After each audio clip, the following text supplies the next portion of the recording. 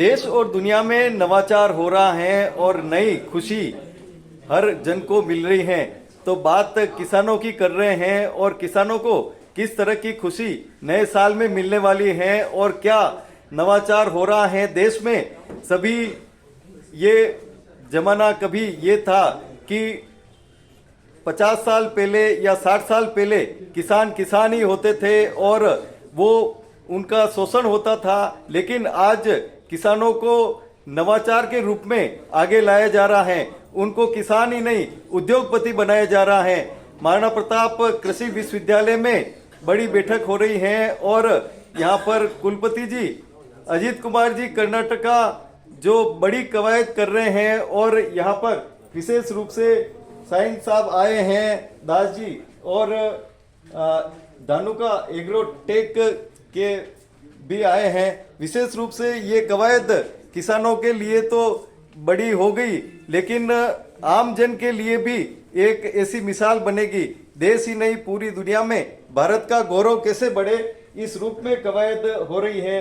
प्रधानमंत्री नरेंद्र मोदी जी भी कवायद कर रहे हैं, राज्यों के मुख्यमंत्री जी भी कवायद कर रहे हैं और कृषि विश्वविद्यालय भी कवायद कर रहे हैं। उद्योग जुड़ रहे हैं विशेष रूप से किसानों के साथ में, कृषि के साथ में। बताएं सर, किस तरह का ये प्रकल्प हो रहा है?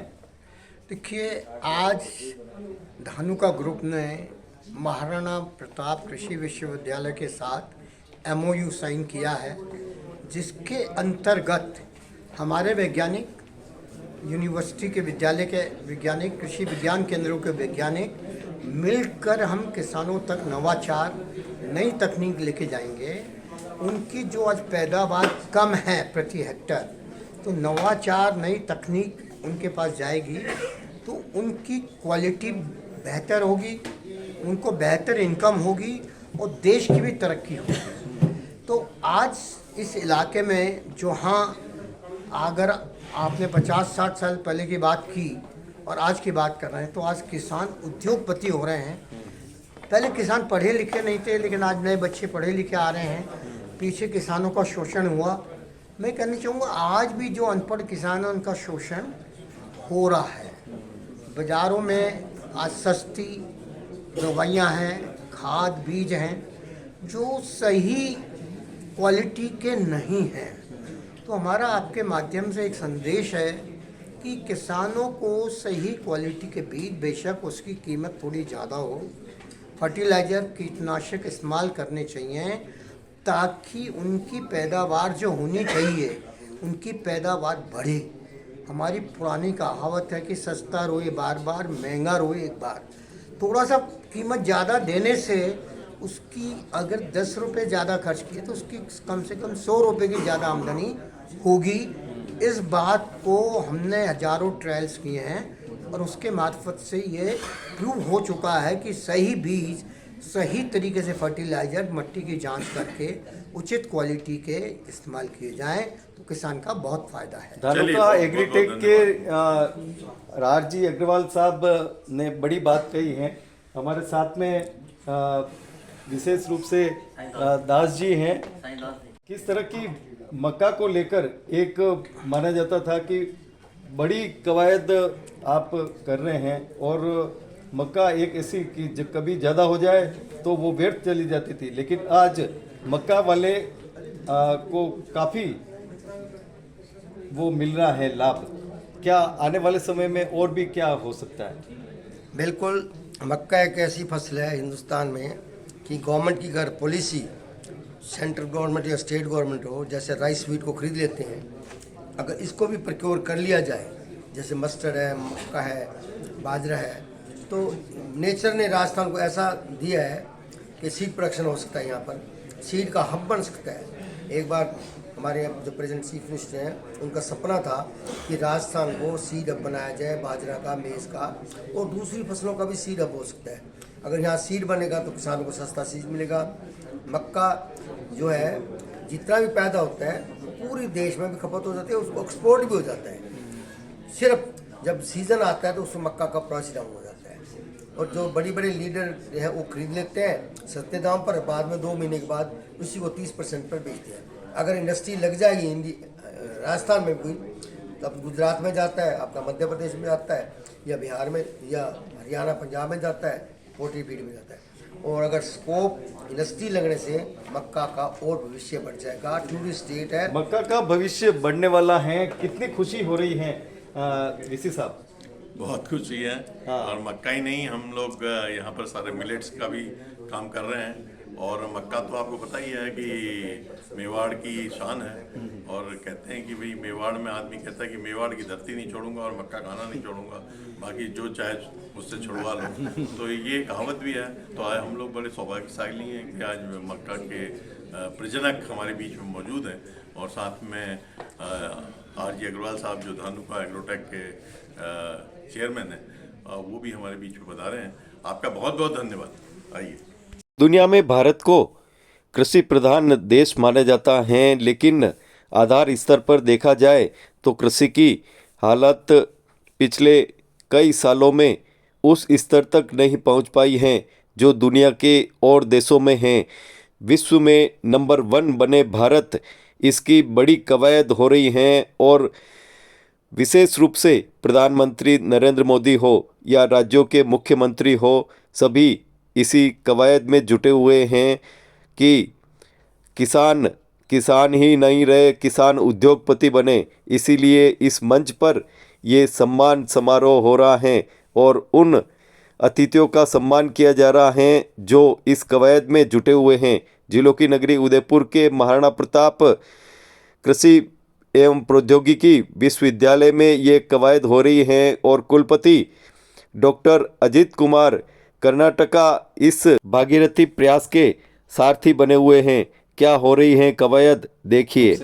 आज हम लोगों ने धानुका एग्रोटेक के साथ एक कार्यक्रम संपादित किया है। प्रातःकाल 1 दिवसीय सेमिनार हमारा है, जिसमें कि कृषि में क्या नवीनीकरण किया जाए, कैसे नवीनतम तकनीकों को किसानों पर पहुंचाया जाए, किस तरह से किसान की उपज बढ़ाई जाए, किस तरह से उनका रिटर्न बढ़ाया जाए, क्या क्या साइंटिफिक इंटरवेंशन उसमें किए जाए, इस पर विचार विमर्श हुआ है। साथ में धानुका एग्रोटेक के साथ हमारा एक MOU भी हुआ है, जिसमें 3 बातें प्रमुख हैं। पहली बात कि वो हमारे जो बच्चे हैं जो कृषि से जुड़े हुए हैं, उनको BSc, MSc और PhD में स्कॉलरशिप देंगे।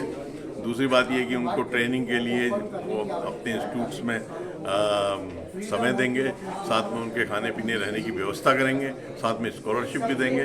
और तीसरा कि किस तरह से वो इंटरप्रेन्योर बन सके और किस तरह से समाज के काम आ सके और सामाजिक जो हमारी वो बात है उसको कर सकें, कैसे जल का संग्रहण कर सकें, कैसे वर्षा के जल का और राजस्थान में विशेष रूप से संग्रहित करके उसको क्रॉप्स के लिए और पीने के लिए प्रयोग कर सकें। इस पर भी हमारी आज बातचीत हुई है। और आपको पता है कि सबसे बड़ी बात जो अभी हमारी ये वाली मीटिंग अभी है इंडस्ट्री एकेडमिया मीट, तो इसमें हम लोग ये बताएंगे कि किस तरह से हम लोग जो हमारे खाद्य पदार्थ हैं जो ज़्यादा बहुतायत मात्रा में पैदा हो जाते हैं, जो बर्बाद हो जाते हैं, उनका कैसे खाद्य प्रसंस्करण करें। विशेष रूप से जो सीताफल है उसका पल्प कैसे निकाला जाए जो ख़राब ना हो, किस तरह से उससे आइसक्रीम बनाई जाए, कैसे अन्य फलों से नई नई चीज़ें बनाई जाए, कैसे स्ट्रॉबेरी से नई चीज़ें बनाई जाए, कैसे स्ट्रॉबेरी की खेती की जाए, कैसे किसान इस तरफ बढ़ें कि अलग जो लीक है जो जिसको चल रहे हैं उससे हट के नई नई क्रॉप जो कि फ़ायदा पहुंचाती है, जो किसानों को तुरंत फ़ायदा पहुंचा सकती है, उन पर काम करें। तो ये भी आज हमारा इस पर बातचीत होगी। ये कृषि के विषय को अब उद्योग का दर्जा दे दिया गया है और उद्योग का दर्जा देने का मतलब ये है कि कृषि में अगर आप कुछ काम करना चाहते हैं तो गवर्नमेंट उसमें हेल्प करने के लिए तैयार है। अब विशेष रूप से मैंने आपको अभी बताया कि खाद्य प्रसंस्करण में बहुत बड़ा स्कोप है। इसके अलावा पैकेजिंग में बहुत बड़ा स्कोप है। किस तरह से आप पैकेजिंग का मटेरियल डेवलप कर सकते हैं, इस पर भी बहुत बड़ा काम हो सकता है। किस तरह से आप मसालों का काम कर सकते हैं, इस पर भी बहुत। विशेष रूप से मैं यहाँ अजवाइन जीरे की बात करना चाहता हूँ। तो जीरे के संबंध में राजस्थान में एक अपना अलग स्थान है। तो किस तरह से काला जीरा उत्पन्न किया जा सकता है जिसकी कि मार्केट भाव 4,000 रुपये किलो है, और जो जीरा आप लोग खाते हैं या हम लोग खाते हैं जो मार्केट में मिलता है ये तो घोड़ों को खिलाने वाला जीरा। तो वो काला जीरा किस तरह से पैदा किया जाए, उसकी कैसे मार्केटिंग की जाए और किस तरीके से हम ये देखें पहले ही कि कौन सी फसल की डिमांड आगे ज़्यादा होगी। हमारे किसान भाई क्या करते हैं कि अगर आलू पैदा किया तो फिर आलू ही पैदा करते रहते हैं हर साल। तो ये देखें कि भाई क्या डिमांड मिलती है, क्या क्या क्या चीज़ होती है, किस चीज़ की, जिसे हम कहते हैं मार्केट ड्रिवन एग्रीकल्चर। तो मार्केट से ड्राइव की हुई एग्रीकल्चर अगर हम देखें, और किसानों के लिए हमें मंडी की व्यवस्था और उनके लिंकेज की व्यवस्था, और किस तरह से विशेष रूप से सब्जियों में जो कि पेरिशेबल क्रॉप है, और मछली में किस तरह से उनके लिए व्यवस्था हो जाए, लोग होटलों से बातचीत हो जाए, जो आजकल अनंता के पूरे एक चेन चली हुई है, इससे हो जाए। तो किस तरह से ब्रोकली फूल गोभी की जगह ब्रोकली पैदा कर सकें, छप्पन कद्दू की जगह जकूनी पैदा कर सकें, और किस तरीके से शिमला मिर्च में अलग अलग रंग की शिमला मिर्च पैदा कर सकें, किस तरह से पार्थिनोकार्पिक खीरा हम लोग पैदा कर सकते हैं। तो इन सब पर विचार करने के लिए और इस तरफ को किसानों तक की फील्ड तक उतारने के लिए ये कार्यक्रम आज आयोजित किया जा रहा है। नए साल में नई कवायद हो रही हैं और नए रूप में किसानों को नई खुशी मिलने वाली है। क्या मिलेगी नई खुशी, और क्या कह रहे हैं एग्रीकल्चर यूनिवर्सिटी के कुलपति जी और यहाँ पर आए विविध विद्वान। देखिए हमारे साथ ये खास खबर। लोग कैची लेके घूमते थे कंपनी वाले, तो कहता इधर काका, पंजाबी में बोलते इधर क्या ले फिरता है, इसमें क्या है बैग में? कुछ नहीं है, तुम एक फेलोशिप दो,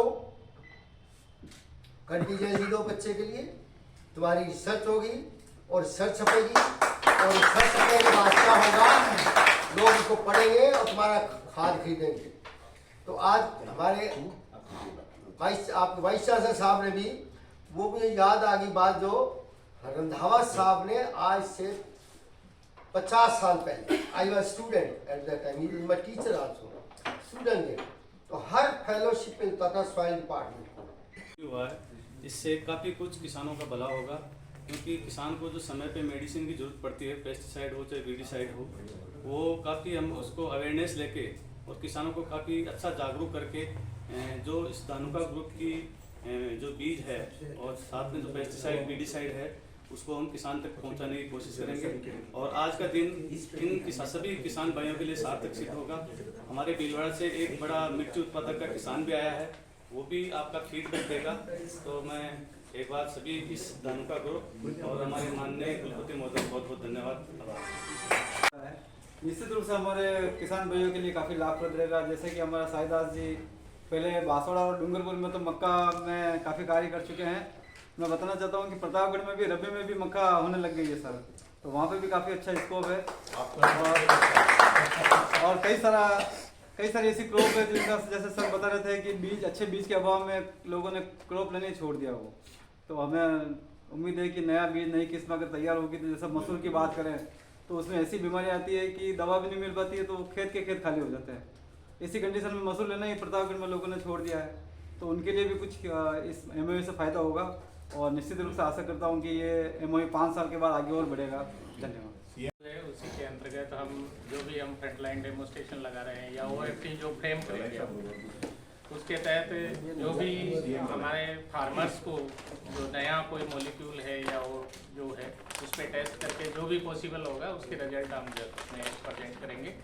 और निश्चित रूप से आज का MOU है जो फार्मर्स के लिए काफ़ी फ़ायदेमंद होगा, क्योंकि हम साथ साथ में फार्मर्स को भी कन्विंस कर पाएंगे सर कि कौन सा मॉलिक्यूल क्या है और किस तरीके से ये काम करता है।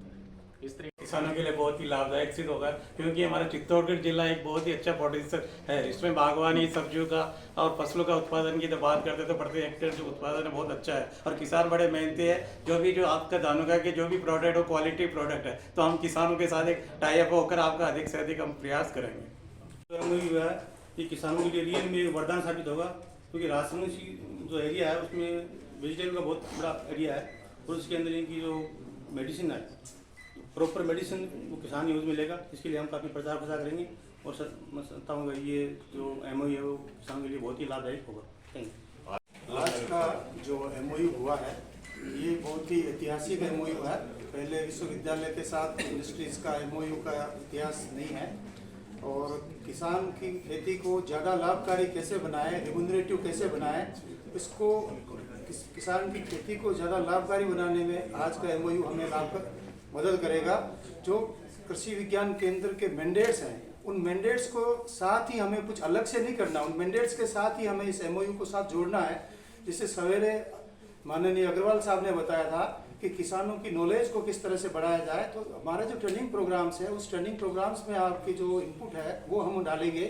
दूसरा, जो OFDs और FLDs के बारे में आपने जो बताया था कि हम किस तरह से इस MOU को किस तरह से आत्मसात करके किसानों को ज़्यादा OFD से और FLDs के साथ जोड़ सकें, किसानों को ज़्यादा इरिगेशन से किस तरह से उसको जानकारी दे सके। सही समय पे इनपुट होना एक अलग बात है, पर सही समय पे क्रिटिकल टाइम के ऊपर इनपुट का एप्लीकेशन होना, ये सारी बातें आज के MOU में सम्मिलित है। इन सब बातों से मेरा मानना है कि किसान परिवारों को, किसान समाज को बहुत फ़ायदा होगा और उसकी खेती को ज़्यादा रिम्यूनरेटिव बनाने में बहुत मदद करेगा। ये जो MOU हुआ है, हमारे उदयपुर में जो ट्राइबल फार्मर्स हैं, आदिवासी जो परिवार हैं, उनके साथ हम वेजिटेबल कल्टीवेशन का काम करते हैं और ये मुझे लगता है कि उनके बीच में हम एक कड़ी बनेगा, क्योंकि इंडस्ट्री का अपना बहुत बड़ा रोल है।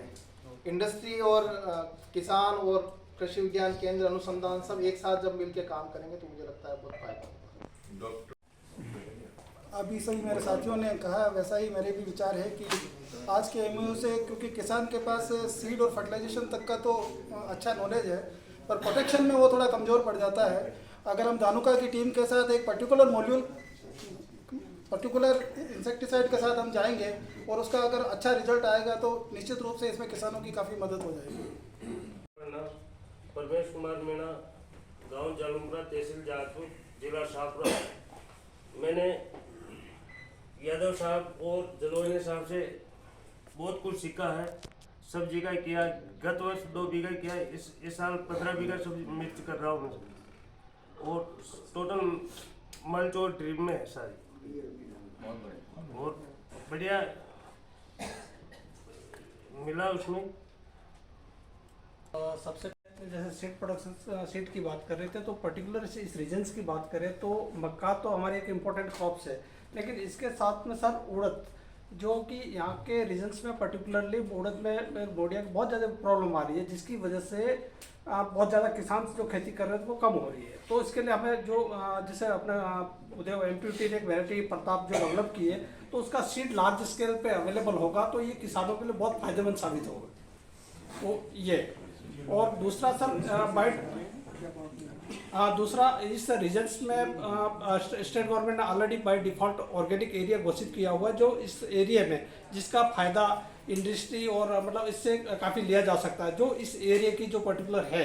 और इसका तो ऑर्गेनिक सीड जितना भी हम अवेलेबल कराएंगे फार्मर्स को, तो उससे हमें अधिक से अधिक फायदा मिल सकता है सर। वो वाइट फ्लाई की वजह से आता है। ठीक है सर। अगर आप वाइट फ्लाई को कंट्रोल कर लेंगे तो मोजेक वायरस नहीं आएगा। और इस साल हमने बहुत अच्छा प्रोडक्ट डिसाइड इंट्रोड्यूस किया है जापान के कोलैबोरेशन में। वो सकिंग पेस्ट, चाहे aphid, jassid, white fly, little stage mites, सबको कंट्रोल करा है। तो जो मतलब कितने भी कृषि विज्ञान केंद्र हैं, हम सबको डेमोन्स्ट्रेशन के लिए सैंपल दे सकते हैं और उसका किसानों को हम डेमोन्स्ट्रेशन करके दिखाएं कि भाई ये अगर आपने वाइट फ्लाई को कंट्रोल कर लिया तो मोजेक वायरस नहीं आ रहा है। तो हमारे कंपनी के लोग भी हैं। आप कहाँ से आए स्पेशली? ये तो उदयपुर से ही है। धानुका के साथ में शुरू में भी हमारे यहाँ पे जो डॉक्टर साहब ने कहा जैसे राजस्थान खेती हो, उसमें एडवर्टाइजमेंट वगैरह हम कई बार आपसे प्राप्त करते रहते हैं और कुछ कैलेंडर में भी हमने पिछली बार आपसे काफ़ी मदद ली।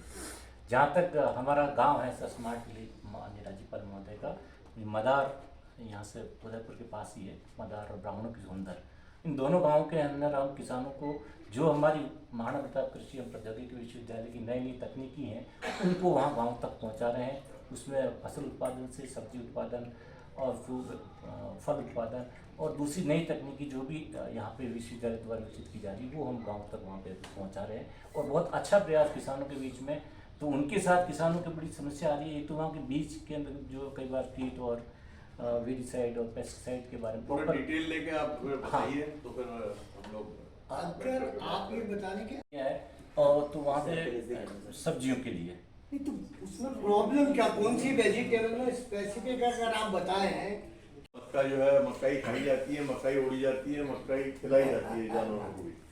तो हमारे एक वैज्ञानिक हैं, वो हम हमेशा अक्सर पीछे बैठ जाते हैं, दुबे साहब वो देखिए सबसे पीछे। ये अर्ली मैच्योरिटी की है, बिलो 85 डेज में मैच्योर हो जाती है। और दूसरा ये है कि इसकी ईल्ड जो है 60 कुंटल पर हेक्टेयर है। और सबसे बड़ी ब्यूटी ये है कि इसका फॉर्डर स्टे ग्रीन है, मैच्योरिटी के बाद भी फॉर्डर को ये स्टे ग्रीन करेक्टर। हम सब लोग एरोमेटिक प्लांट्स एंड स्पाइसेस का हब है, जिसमें कि ओपीएम कल्टीवेशन ये बहुत अच्छा एरिया है। इसमें डाउनी मिल्ड्यूज और बैक्टीरियल ब्लाइट की काफ़ी प्रॉब्लम है, जो कि एक रूटीन केमिकल से कंट्रोल नहीं हो पा रही है, और ये नारकोटिक्स ब्यूरो के कंट्रोल में होती है। तो इस संदर्भ में ये तो माइलस्टोन आज का है कि धानुका एग्रोटेक के साथ एमपीडी आज जो मैंने ये मीटिंग बुलाई है, वो इसलिए नहीं बुलाई है कि डिजीज भी डाउनी मिल्ड्यू बहुत सीवियर है, अच्छा। स्पॉट्स और काफी कंट्रोल से बाहर है। और इसके अलावा यहाँ डी हस्किंग की यूनिट नहीं है। और मेज में भी अगर हम कोशिश करें तो पोस्ट हार्वेस्ट के लिए आप मैं तो ये कह रहा था कि वो बकवीट से मक्का में जब फाल आर्मी वर्म की तकलीफ इस जोन में काफ़ी ज़्यादा आई, तो हम लोगों ने ये जो हमारे एडोप्टेड विलेजेस थे, तब आई.जे. माथुर साहब डायरेक्टर थे, और हमने 20-30 हेक्टर में स्प्रे करवाया। वहाँ आप लोगों की बड़ी मदद मिली, उसके लिए एक तो आपकी कंपनी का आभार। मैंने ही टेलीफोन किया था उस टाइम कि भाई हमें इतना मटेरियल आप दे दो, और उस टाइम उन्होंने उपलब्ध कराया, और उससे काफ़ी ठीक रहा, कुछ अच्छा काम हुआ। उसके बाद आपके डिसाइड की भी ट्रायल हमारे पास थी, हमारी यूनिवर्सिटी में मेरे पास था आपका प्रोडक्ट, हमने देखा उसको। और डॉक्टर तोमर से हमारा कम्युनिकेशन रहता बहुत ज़्यादा, तो और तोमर साहब ने काफ़ी टाइम से, वो हमसे पहले डॉक्टर ओ.पी. सिंह जुड़े हुए थे और फिर डॉक्टर तोमर जुड़े हुए हैं। और हमारे यहाँ एंटोमोलॉजी में, क्योंकि 3 बच्चों को एक स्कॉलरशिप आपसे हमें मिलती थी, मैं जब 2016 में हेड बना तो मैंने ओ.पी. सिंह जी को अप्रोच किया था, तो वो 10-10 हज़ार रुपये हमें, 10,000 MSc, 10,000 PhD वो हमें देते थे। फिर तोमर साहब ने उसको कंटिन्यू किया, और हमने MSc में उसको डिवाइड करके 5-5 हज़ार कर दी, 10,000 बात है। अब क्या हुआ कि 10-10 कर दीजिए, पहले कोई अब उसमें तकलीफ ये आई कि 3 साल से वो स्कॉलरशिप हमारी बंद पड़ी है, क्योंकि वो MOU नहीं हुआ। तो MOU के नाम से उसमें एक लेटर आपसे आया हुआ है कि भाई जिस दिन भी होगा हम पुरानी भी देंगे, आगे इसको बढ़ाएंगे। एरियल के साथ ले लीजिए।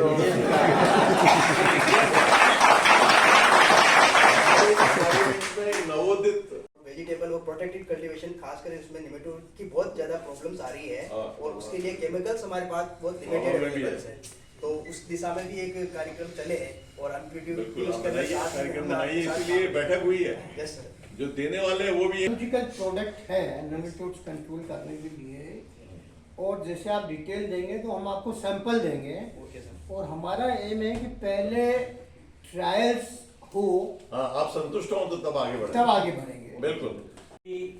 आज जो ये काफ़ी लंबे अंतराल के बाद एक ऐसा हमको खुशी का दिन मिला है कि जहां हम, क्योंकि जो पीछे जो टाइटल लगा हुआ है वो इंडस्ट्री एकेडेमिया इंटरफेस का लगा हुआ है, और हमारे छात्रों के लिए, हमारे वैज्ञानिकों के लिए, हमारे प्रसार कार्यकर्ताओं के लिए, सबके लिए इंडस्ट्री से जो कोलैबोरेशन है वो अति आवश्यक है।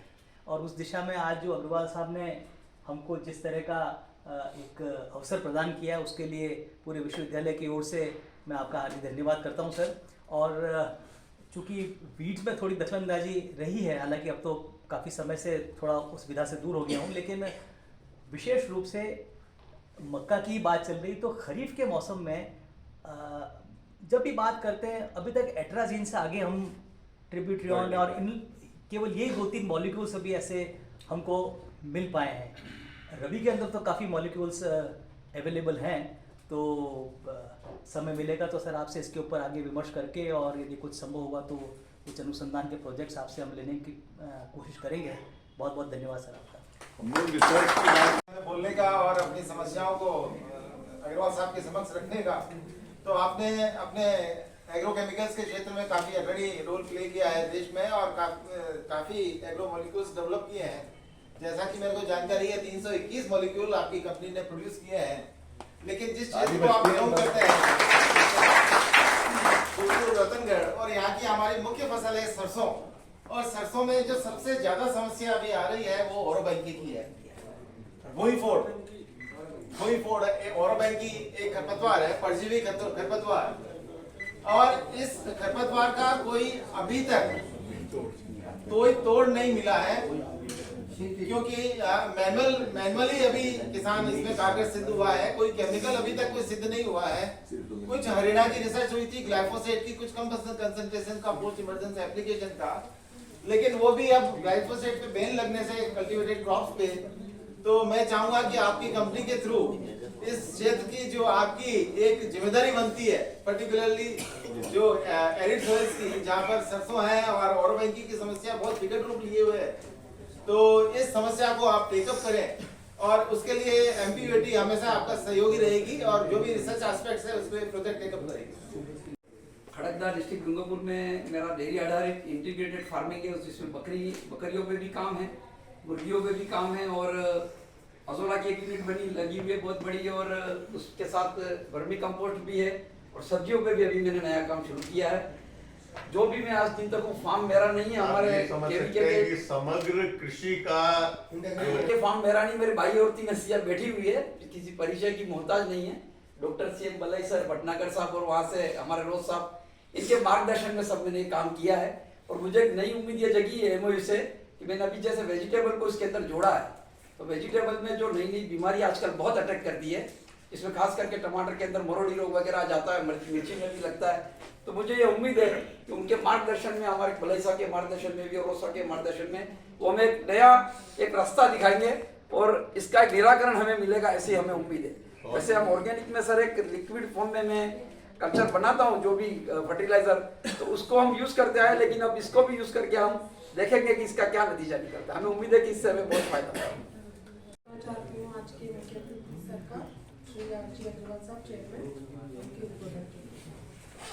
किसान मेहनत करता है तो हमको रोटी खाने को मिलती है, और जवान बॉर्डर पे रक्षा हमारी करता है तो हम आराम से सोते हैं। इन 2 लोगों को मेरा हमेशा सैल्यूट रहता है, क्योंकि इनकी वजह से हम हैं। अगर ये ना हो तो हम लोग भूखे पेट में हुए भजन गोपाला, ये ने अपनी कंठी मारा। अभी थोड़ा समय कम था, मैं आप लोगों से निवेदन करूंगा कि देखिए बहुत सी समस्याएं हैं, जैसे हमारे किसान भाई, इन्होंने नाम तो इनका याद नहीं कर पाया, लेकिन इन्होंने सब्जी के ऊपर जो छोटा मोटा रोग है उसकी समस्या बताई। तो यहाँ पे मैं आप लोगों से समस्या सुनकर अपने एक्सपीरियंस से उसका इलाज बताऊं तो उसमें मुझे ज़्यादा खुशी होगी, बजाय मैं कोई उद्बोधन करूं। तो आपकी जो छोटा मोटा रोग की बीमारी है, उसमें जहाँ तक हमारा तजुर्बा कहता है कि उसमें माइट्स और थ्रिप्स दोनों का एक साथ अटैक होता है, उससे वो छोटा मोटा रोग, चाहे टमाटर हो या मिर्ची हो, उसमें बनता है। अब पहले हम 2 पेस्टिसाइड का कॉम्बिनेशन करके ओमाइट और ट्राइजोफॉस का कॉम्बिनेशन से उसको कंट्रोल करते थे, लेकिन अब उसके लिए हमने डिसाइड प्रोडक्ट इंट्रोड्यूस किया है। अगर आप उसके 2 स्प्रे करेंगे तो आपके फ्रेश लीव्स अच्छे आएंगे, और आपको एडवांस में, जैसे पहले हम खेती करते थे वो खेती नहीं है, अब रेगुलर वेजिटेबल्स में रेगुलर आपको मॉनिटर करना पड़ेगा। जैसे हमारे पास एक वेदर स्टेशन है, जो बड़े किसान हैं वो उसको लगा सकते हैं। एक हमारा न्यूरोमीटर कहते हैं, वो आपके खेत में लग जाता है और आपके मोबाइल से उसका कनेक्शन हो जाता है, और जो भी आपकी खेत की कंडीशन है वो ऑटोमेटिक आपके मोबाइल फ़ोन पे आपको मिल जाता है। तो आने वाला जो अब समय वो हाईटेक एग्रीकल्चर का है, पुराने ज़माने की एग्रीकल्चर का नहीं है। अगर समय पे चाहे बीमारी है या इंसेक्ट है या वीड है या नोमेटोड्स है या माइट्स है। अभी मैं 24 तारीख को नागपुर में था, तो वहाँ पर चर्चा हो रही थी वैज्ञानिकों से, तो वहाँ पे एक नई माइट आई है, ग्रीन माइट। तो उसका अभी तक हमने भी ट्रायल नहीं किए, इस साल मिलकर हम उनके साथ ट्रायल करेंगे और फिर देखेंगे कि कौन सा प्रोडक्ट हमारे पास 5-6 माइटीसाइड है। तो जब तक ट्रायल ना हो, फर्स्ट टाइम ग्रीन माइट का हमने सुना है, तो वो भी ट्रायल करेंगे, हमारे लोग भी ट्रायल करेंगे, और हम देखेंगे उस पर क्या प्रोडक्ट काम करता है, तो उसके हिसाब से रिकमेंडेशन देने की बात है। हम कोई भी ब्लाइंड रिकमेंडेशन नहीं देते जिसके ऊपर मेरा तजुर्बा या हमारे साइंटिस्ट लोगों का तजुर्बा ना हो। और आज जो हमने साइन किया है कि अगर आपकी कोई बीमारी है, तो जैसे मैंने सुबह भी कहा था कि हम आपको जितने सैंपल रिसर्च के लिए चाहिए, हमारी कंपनी आपको फ्री देगी। चाहे स्टूडेंट रिसर्च करें, चाहे आप केवीके में करें, फार्मर फील्ड पे रिसर्च करें, कहीं पर भी करें। आज सुबह बात हो रही थी कि हर किसान को डॉक्टर बनना पड़ेगा। डॉक्टर से मतलब उसको खेती बाड़ी को बहुत गौर से समझना पड़ेगा। अब येलो माइट है वो आँख से दिखती भी नहीं।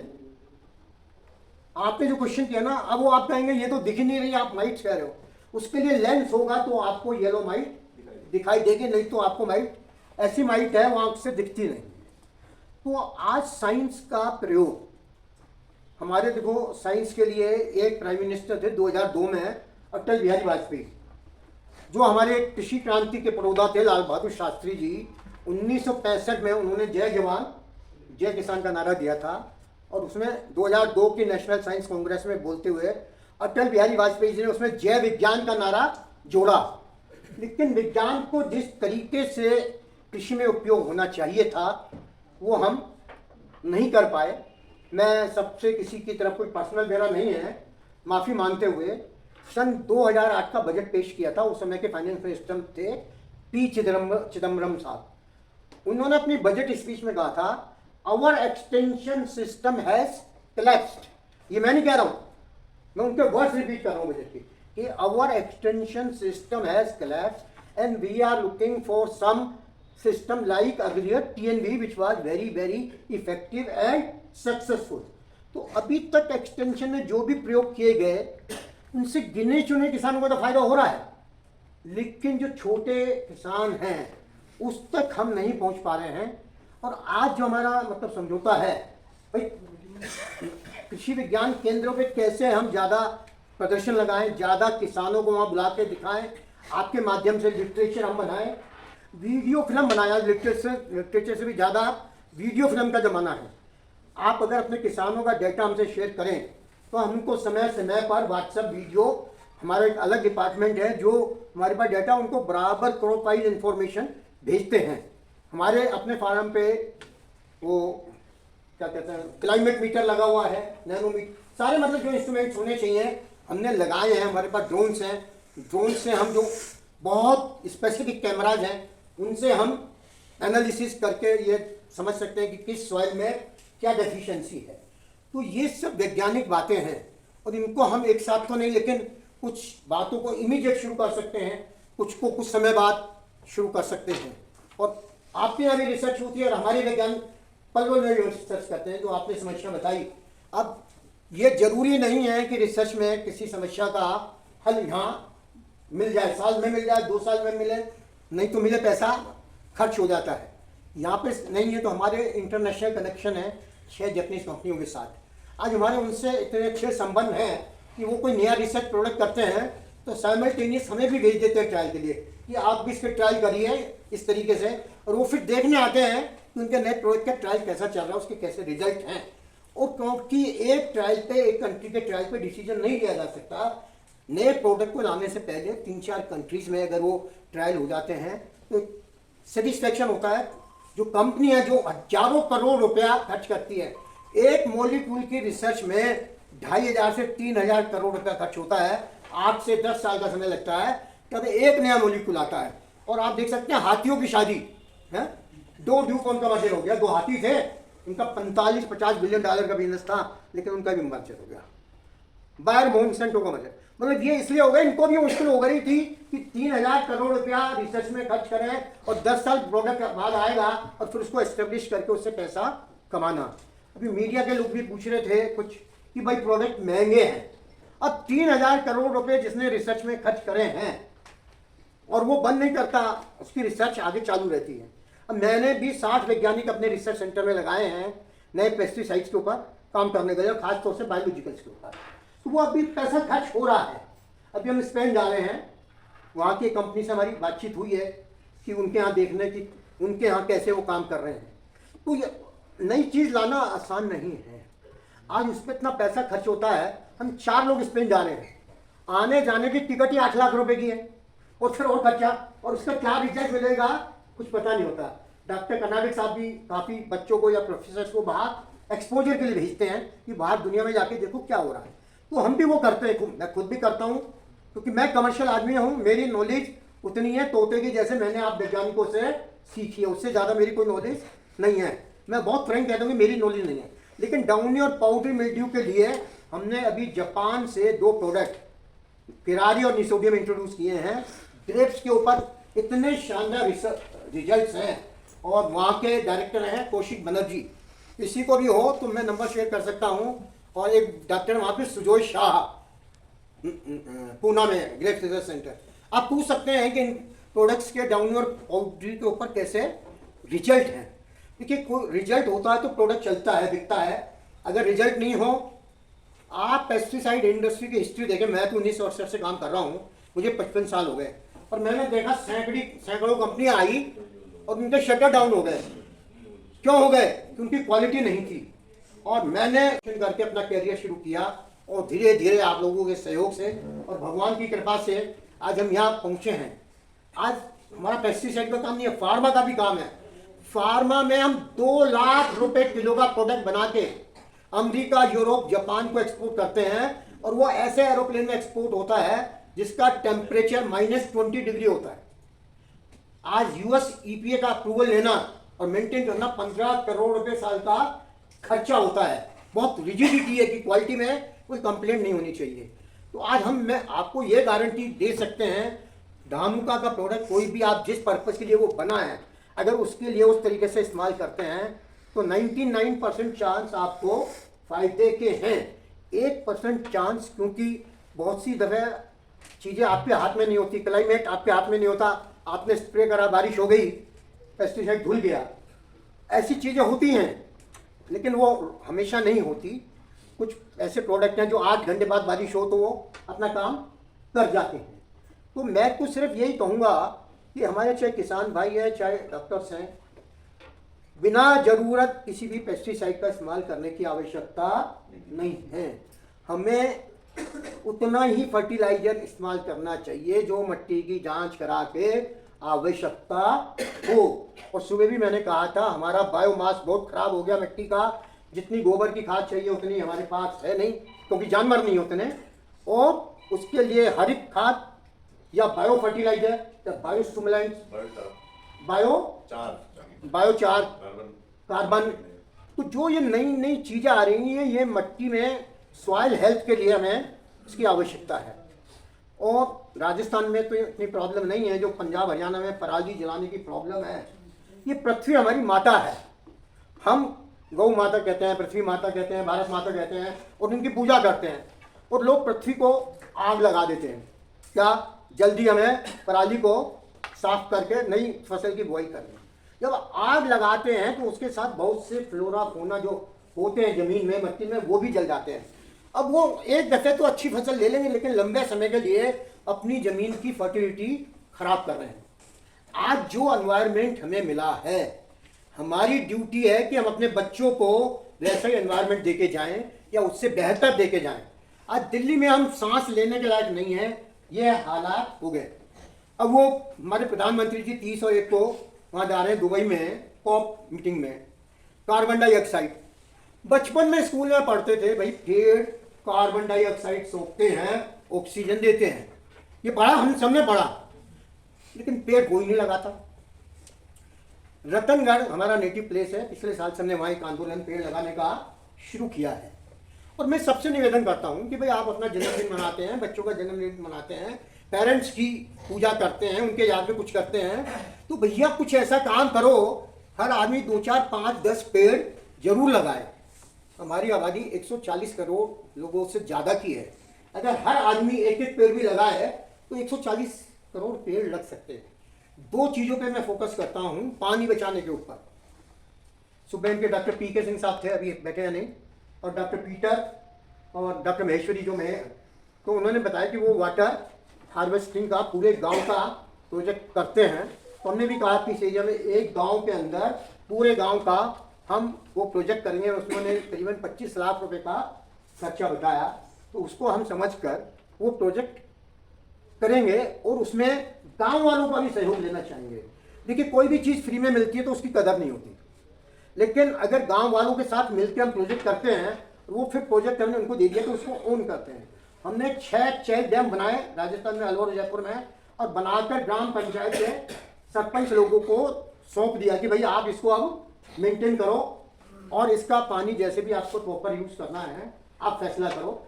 हमने बना के आपको दे दिया, जैसे हमने 3 स्कूल बनाए, हमने बना के विद्या भारती को दे दिए, वो चलाते हैं। वो पब्लिक स्कूल नहीं है पैसे कमाने के, वो इतने कमिटेड डेडिकेटेड अध्यापक हैं जो नाम की फीस लेते हैं और कल्चर के हिसाब से, संस्कृति के हिसाब से, बच्चों को भविष्य बनाने के हिसाब से वहाँ शिक्षा दी जाती है। तो आज देश में आवश्यकता इस बात की है, जैसे जो बर्तन बनाने वाला कुम्हार है मट्टी को कोई भी शक्ल दे सकता है, इसी तरह हमारा फर्ज है कि बच्चों को बचपन से हम अपनी संस्कृति से, अब बच्चों को आप खिला रहे पिज़्ज़ा तो बड़े होकर क्या खाएंगे? आज हम सब उसको फास्ट फूड को कहते हैं ये जंक फूड है। तो जैसा हम बचपन में सिखाएंगे बच्चे वैसे ही आगे करेंगे। तो हमें सबको मिलकर अपने देश के बारे में, अपनी संस्कृति के बारे में भी सोचना है। ये अभी कृषि के ऊपर है, तो कृषि के ऊपर और किसी का कोई भी सुझाव हो, कोई प्रश्न हो कि जिसका हम आज सॉल्यूशन हो तो आज आपसे बात कर सकते हैं, नहीं हो तो आप हमको लिख के भेजें। हमारी वेबसाइट धानु का www.dhanuka.com है, किसी भी कोई भी क्वारी हो आप हमें भेज सकते हैं। छोड़कर 5वीं इकॉनमी बन गए हैं 6ठी से, और 2027 तक में हमसे 2 कंट्री शायद आगे है, जर्मनी और फ्रांस, जिसको हम $5 ट्रिलियन पे पहुंच के तीसरे नंबर पर पहुंच सकते हैं। तो आपका कोई भी प्रश्न हो तो आप करें, वो मुझे ज़्यादा अच्छा लगेगा। कोई भी प्रश्न करना चाहें किसी प्रकार का, साइंटिस्ट करना चाहें, स्टूडेंट्स करना चाहें, कोई भी करना चाहें किसी भी सब्जेक्ट में एग्रीकल्चर से रिलेटेड। जैसे एक मैक्सील्ड है, उसके अंदर जिब्रेलिक एसिड के अलावा मैग्नीज सल्फेट और मैग्नीशियम, मेरे को पक्का नहीं मालूम क्योंकि मैं कमर्शियल आदमी हूँ, लेकिन वो लेबल पे है, CIB से रजिस्टर्ड है। तो वो प्रोडक्ट है जो प्लांट की ग्रोथ के लिए बहुत अच्छा काम कर रहा है। इसी तरह हमारा एक धन वर्षा करके प्रोडक्ट है जिसमें अमीनो एसिड, फॉल्विक एसिड और इस किस्म के प्रोडक्ट्स हैं, वो भी बहुत अच्छा काम कर रहा है। वो वाटर को भी pH एडजस्ट करने में मदद करता है। वो अगर आप पानी में डालते हैं और उसका रंग गुलाबी लाल हो जाता है तो उसका सब मतलब है कि उसने pH ठीक कर दी। और हम सब जानते हैं एसिडिक 6 और 7 pH में हम स्प्रे करते हैं तो बेटर रिजल्ट मिलते हैं। अगर पानी एल्कली हो तो उतने अच्छे रिजल्ट नहीं मिलते हैं। बनाती है हमारे 6 ऑर्गेनिक प्रोडक्ट हैं। एक नोमेटिसाइड है, तो अभी नोमेटिसाइड्स के ऊपर बात हो रही थी कि भाई ग्रीन हाउसेज में और ओपन फील्ड्स में, तो यहाँ के जो निमेटोलॉजिस्ट हैं, मैंने रिक्वेस्ट कि भारती जी आपको हम सैंपल देते हैं और आप उस पर ट्राई करके देखिए कि ये जो हमारा प्रोडक्ट है कि नोमेटोड्स में भी कई किस्म के नोमेटोड्स हैं, कि यहाँ कौन सा नोमेटोड्स है और उस पर अगर हमारा प्रोडक्ट काम करता है तो हम भी रिकमेंड करेंगे। और आपसे भी निवेदन है कि आप किसानों को उसके बारे में बताएं, क्योंकि आज नोमेटोड्स की बहुत बड़ी समस्या है वेजिटेबल और हॉर्टिकल्चर क्रॉप्स में और ग्रीन हाउसेज में। आज सबसे बड़ी समस्या नोमेटोड्स की है। आपके जो सुझाव हैं उससे पूरी तरह सहमत हूँ। सम्मानित मंच और हमारे साथियों, विशेषकर विद्यार्थियों से कहना चाहता हूँ, सभी डायस और ऑफ द डायस, मैं थाको हूँ थे मारा हो। ये जीवन की गाड़ी के 2 पहिए हैं। इंडस्ट्री और MPUT मिलके एक नया इतिहास रचे, ये हमारा शुभकामनाएं, मंगल कामनाएं विश्वविद्यालय को भी है और विश्वविद्यालय की तरफ से आपको भी है। और मैं चाहूँगा कि जो सूत्र कमी के बारे में आपने जिक्र किया, हमारे विद्यार्थी ने आपको बताया, प्रोटेक्टेड कल्टीवेशन में root knot nematode is the number 1 problem, and we have declared before 20 years in QRT that protected cultivation is the feature of nematodes, and it is true at present. इसके साथ साथ ही हमारे open field में भी root knot nematode की बड़ी problems हैं। इसी तरह कुछ सीरियल्स क्रॉप्स में भी है, जैसे मेज सिस्ट निमेटोड है आपका, सीरियल सिस्ट निमेटोड, उसमें भी लाइट और मीडियम टेक्सचर सॉइल में काफ़ी प्रॉब्लम है। तो हम जो आप बता रहे हैं उसका जो गेनेटिक सैंपल लेके हम उसका टेस्ट करेंगे और जो भी रिजल्ट्स आएंगे हम आपको उसके लिए देंगे। और हम चाहेंगे कि जो निमेटिसाइड्स की पूरे हिंदुस्तान में बहुत कमी है उसकी भरपाई आपके माध्यम से हो। बहुत बहुत धन्यवाद। आभार। वो भी एक बहुत अच्छा फ्यूचर है, ऑर्गेनिक फार्मिंग के लिए भी है, तो वो भी अगर टेस्ट के लिए आप भेजें तो वो भी अपन अभी हमारे जो नेमेटिसाइड्स है वो बायोलॉजिकल्स डिराइव्ड है, बायोलॉजिकली है। अभी हमारे पास केमिकल नेमेटोसाइड नहीं है। अभी एक जापान की एक कंपनी के पास है, उसकी हमारी बातचीत चल रही है, वो प्रोडक्ट रजिस्ट्रेशन की पाइपलाइन में है। जब रजिस्ट्रेशन होकर अगर उनसे हमारी अंडरस्टैंडिंग होती है तब हम केमिकल ला पाएंगे। आज हमारे पास जो नेमेटिसाइड है वो बायोलॉजिकली है। नेमेटिसाइड रजिस्टर्ड है। लोग चाइना से स्मगलिंग करके नकली पेस्टिसाइड, मैंने सुबह भी कहा था, बेच रहे हैं। कभी कभी मेरे बच्चों के मन में भी आया हम भी करें। मैंने स्ट्रिक्टली मना कर दिया कि जिस दिन करोगे उस दिन मैं आपके ऑफिस में नहीं आऊँगा, मैं काम नहीं करूँगा। हमारा फंडामेंटल, हमारी इज्जत, आज महाराणा प्रताप यूनिवर्सिटी के साथ हमने MOU साइन किया है। डॉक्टर कर्नाटक साहब, हमको 40 साल से पंतनगर से हमारा संबंध है, परिचय है, उनको पता है कि हम गलत काम नहीं करते, तभी वो हमारे साथ MOU कर रहे हैं। आज उनके पास 50 कंपनियां आए, लेकिन डॉक्टर कर्नाटक बहुत सोच समझ के MOU करेंगे कि ये कंपनी MOU करने के काबिल है या नहीं। तो आज जो हमारे पास है वो हम देंगे, और बाकी रिसर्च ऐसा प्रोसेस है, आप भी करेंगे और हमारे वैज्ञानिक भी कर रहे हैं। तो जैसे कोई अच्छी चीज़ डेवलप होती है तो हम आपको बताएंगे। मुझे नहीं पता कि आपके यहाँ भी माइक्रोबायोलॉजी में रिसर्च है या नहीं है। हमारे यहाँ माइक्रोबायोलॉजी की रिसर्च चल रही है। कुछ PhD बच्चे हमारे यहाँ माइक्रोबायोलॉजी में, हमारे यहाँ पलवल में 11 लेबोरेटरीज हैं अलग अलग, तो सब में अलग अलग जैसे काम हो रहा है। हमारे पास soil testing, water testing, farmers के लिए वो सर्विसेज भी हैं। फिर हमारे पास सारा जैसे डिजीज़ का, इंसेक्ट्स का, वीड्स का, सारे मतलब बैंक्स हमने लाइब्रेरी भी बना रखी है, ताकि हमें कोई मान लो आपके नेमेटिसाइड पे टेस्ट करना है तो उसको हम अपने यहाँ इनको हम लेके डेवलप करके हमें बाहर जाने की जरूरत नहीं है, पहले हम लैब में उसको टेस्ट कर सकते हैं। ये सब फैसिलिटीज हमने क्रिएट की हैं। इसमें करोड़ों रुपए इन्वेस्ट होता है। एक HPLC मास इंस्ट्रूमेंट लेने जाओ तो 80-90 लाख रुपए का एक इंस्ट्रूमेंट आता है। तो आज रिसर्च कोई आसान काम नहीं है, करोड़ों रुपए लगता है, और अच्छी क्वालिटी के लिए पैसा खर्च किया हुआ कभी बेकार नहीं जाता। आज मक्की का आप हाइब्रिड सीड लगा लो अच्छी कंपनी का, मैं किसी कंपनी का नाम नहीं ले रहा, भाई वो तो आप लोगों ने इस्तेमाल करा तो आपको मुझसे ज़्यादा बेहतर पता है कि किस कंपनी के सीड अच्छे हैं। लेकिन अच्छे हैं तो महंगे तो होंगे। आप एक तरफ सस्ता लगा के देख लो, एक तरफ महंगा लगा के देख लो, आपको समझ में आ जाएगा कि सस्ता लेना अच्छा है या महंगा लेना अच्छा है। आगे बढ़ता है। 5:19 हो गए।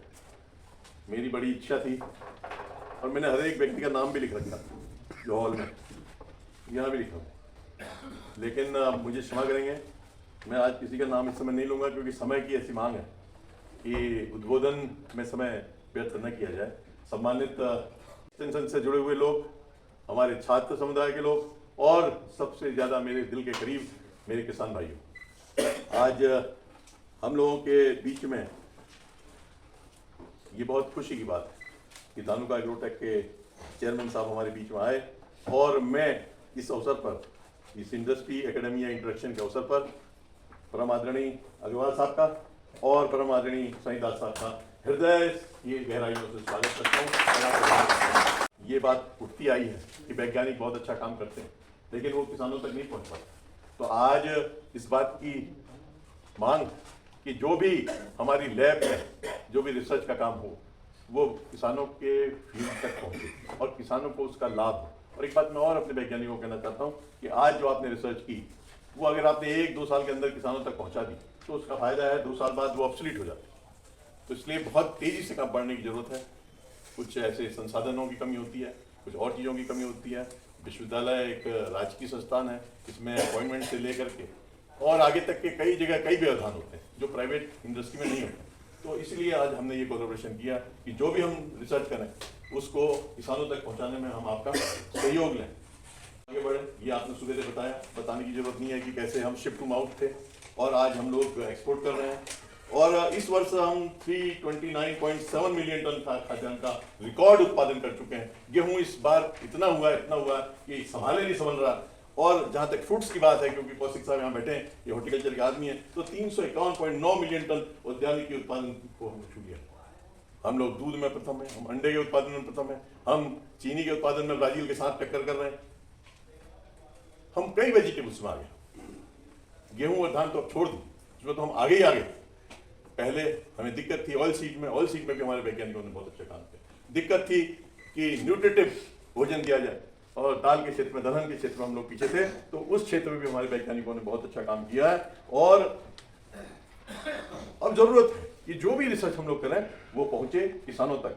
और जब ICAR ने जब 5th डीन कमेटी की सिफारिशें की थी सर, तब 4 वर्षीय जो BSc का कार्यक्रम था उसमें छात्रों में उद्यमिता विकास के लिए रखा गया था और उसे स्टूडेंट रेडी प्रोग्राम प्रतिपादित किया था। और उस समय हम टीचिंग रिसर्च एक्सटेंशन से टीचिंग रिसर्च एक्सटेंशन और इंटरप्रेन्योरशिप की अवधारणा पर गए थे, जो ट्री की अवधारणा पर हम लोग गए थे। और एम्प्लॉयमेंट कैसे मिले, हमारे छात्र एम्प्लॉयमेंट कैसे थे, एम्प्लॉयमेंट मांगे नहीं, किस तरह से करें, इस बात पर बहुत जोर। आज अगर हम खाद्यान्नों की बात करें तो हम आत्मनिर्भर हैं, उन्हें संभालना हमारे लिए मुश्किल हो रहा। खाद्य प्रसंस्करण एक बहुत इंपॉर्टेंट है, विशेष रूप से हमारे जो पेरिशेबल फ्रूट्स और जैसे फिश, इन चीज़ों में हमें प्रोसेसिंग की बहुत ज़रूरत है। और प्रोसेसिंग के क्षेत्र में भी अब आप लोग आगे बढ़े हैं। मैंने देखा धानु का पहले इंसेक्टिसाइड बनाता था, फिर वीडिसाइड बनाने लगा, फिर और चीज़ें बनाने लगा, फिर ड्रोन में आ गया, फिर सीड में आ गया। तो निरंतर आपके जो आयाम है वो बढ़ते जा रहे हैं। तो मैं चाहता हूँ कि सीड प्रोसेसिंग तो आप कर ही रहे हैं, आप फ्रूट प्रोसेसिंग के क्षेत्र में भी आप आगे बढ़ें और हम लोगों को हेल्प करें। और कई चीज़ें हैं जो इंडस्ट्री एकेडमिया एंटरप्रेन्योर में कही जा सकती हैं। आपके सामने डॉक्टर साईदास बैठे हैं, आपने सिंगल क्रॉस हाइब्रिड के क्षेत्र में श्रेष्ठ अनुसंधान तो किया ही, लेकिन MOU के माध्यम से आपने पब्लिक प्राइवेट पार्टनरशिप के माध्यम से उन्हें कृषकों को पहुंचाया। इस बात के लिए आपको लोग जानते हैं, इस बात के लिए नहीं जानते कि आपने सिंगल क्रॉस हाइब्रिड डेवलप किया। तो जो आपने किसानों की सेवा की है, इसके लिए आपको देश विदेश सब जगह जानते हैं। और इस साथ मेरे ख्याल में इंडस्ट्री एकेडमिया का इससे अच्छा उदाहरण मेरे सामने आज तक तो नहीं आया जैसा कि आपने ये काम किया है। मैं आपका नमन करता हूँ और आपको धन्यवाद करना चाहता हूँ। हमने भी बहुत इस तरह की इनिशिएटिव लिए हैं। और हमने मक्का की जो हाइब्रिड्स हमारे पहले से थी उनको कृषकों को पहुंचाने के लिए सीड कंपनी के साथ समझौता किया। हमारे साइंटिस्ट यहाँ बैठे हैं, डॉक्टर दुबे साहब, ये बड़े इफेक्टिव साइंटिस्ट हैं। लेकिन ये साइंटिस्ट जरूर है, लेकिन ये इंडस्ट्री से जुड़े हुए नहीं है। मैं चाहता हूँ ये इंडस्ट्री की पब्लिक की तरह उसको मोनेटाइज करें, जो भी ये काम करते हैं उसको मोनेटाइज करें और विश्वविद्यालय का उसमें फायदा हो। एक राइस की एक वैरायटी से पूरा IRI चलता है, राइस की एक वैरायटी से, तो क्यों नहीं मक्का की एक वैसी वैरायटी डेवलप की जाए या हमारे मिलेट्स की ऐसी वैरायटी डेवलप की जाए जिससे पूरे MPOAT का खर्चा निकल आए। तो मैं उस डायरेक्शन में अपने वैज्ञानिकों से काम चाहता हूँ। ऐसी संबंध में मैं आपको एक अपने स्टूडेंट की बात बताना चाहता हूँ। एक स्टूडेंट था हमारा नारायण लाल गुजर, उसने कृषि अवशेषों से, खासकर जो गन्ने की खोई है उसमें कुछ और अवशेष मिला के एक हाइड्रोजल बना और उसको फसल चक्र के नाम से उसने मार्केट में लॉन्च किया। और वो पानी को, जिस समय पानी ज़्यादा होता है उससे पानी सोख लेता है और जब पानी कम होता है तो उसे रिलीज करता है। और आप मानेंगे नहीं, ये पॉलीमर नाम की उसने कंपनी बनाई और उसकी कंपनी को जापान के लोग उठा ले गए। अब वो जापान में भी उसकी कंपनी है, यहाँ भी उसकी कंपनी है। मैंने उससे कहा भी तुम इसका पेटेंट मत देना, उसको पहले पेटेंट करा। तो इस तरह से सर इतने प्रभावशाली हमारे छात्र हैं। तो ये शिक्षक तो जिन छात्रों को पढ़ाते हैं तो ये लोग तो बहुत अच्छा काम कर सकते हैं। आपके बगल में हमारे डायरेक्टर एक्सटेंशन साहब बैठे, इन्होंने सीताफल का, जब हम लोग गूदा निकालते थे, जब भी हम गूदा निकालते हैं थोड़ी देर में पीला पड़ जाता है, फर्मेंट होने लगता है, क्योंकि उसमें फ्रक्टोज की मात्रा बहुत ज़्यादा होती है, तो वो खराब हो जाता है, उसमें से महक आने लगती है, थोड़ी देर में उसमें से अल्कोहल की सी महक आने लगती है। इन्होंने ऐसी प्रोसेस डेवलप की जिससे कि उसकी फर्मेंटेशन रुक गई और वो जो गूदा है वो आइसक्रीम में प्रयोग होने लगा। और इसके लिए इनको पूरे देश में जाना जाता है। और स्पेशली जो ये इनकी जो टेक्नोलॉजी है वो इसलिए इंपॉर्टेंट है कि आज के दिन में बहुत से लोग एनिमल प्रोडक्ट को खाने से हिचकिचाते हैं। वो दूध भी नहीं पीना चाहते, वो बटर नहीं खाना चाहते, वो घी नहीं खाना चाहते, वो विगन है। तो ऐसे लोगों को अगर आइसक्रीम कहाँ से खिलाएं? उनको अमूल की आइसक्रीम तो काम नहीं करेगी। तो ऐसे लोगों के लिए इस तरह की रिसर्च जो इन्होंने की हमारे विश्वविद्यालय में वो एक अलग आयाम है। अब ये मैं आपको बताऊं कि अर्थव्यवस्था की बात हमारे प्रधानमंत्री जी ने की है और 2047 तक, जब 1947 से 2047 तक के इस पीरियड में उन्होंने कहा है कि ये राष्ट्र विकसित राष्ट्र की श्रेणी में आएगा। तो मैं, अगर हमारे पास ऐसे वैज्ञानिक होंगे, ऐसी इंडस्ट्री होगी, तो मुझे इस बात का गर्व है कि ये हमारा राष्ट्र हमेशा इस तरह से आगे बढ़ेगा कि हम 5 ट्रिलियन की अर्थव्यवस्था की तरफ भारत को ले जाएंगे। विश्वास है कि ये और जोर शोर से काम करेंगे और किसानों के लिए, जो कि हमारा एम है, कि किसानों के लिए हम लोग कुछ ऐसा करके दिखाएंगे जो और कोई विश्वविद्यालय नहीं कर रहा। इसी बात के साथ मैं आपको ये कहना चाहता हूँ, जो भगीरथ प्रयास आपने किए हैं, इसी तरह के भगीरथ प्रयास इस विश्वविद्यालय के लोगों को करने पड़ेंगे। और हमारा जो विश्वविद्यालय MPOAT वो इन सभी किसानों की आय बढ़ाने के लिए, किसानों की आर्थिक व्यवस्था बढ़ाने के लिए, किसानों को पढ़ाने के लिए, किसानों को जल की व्यवस्था करने के लिए, उनके अच्छे स्वास्थ्य की ओर ध्यान देने के लिए आज आपके सामने एक दृढ़ संकल्प लेती है और इसी के साथ मैं अपना उद्बोधन पूर्ण करता हूँ। धन्यवाद।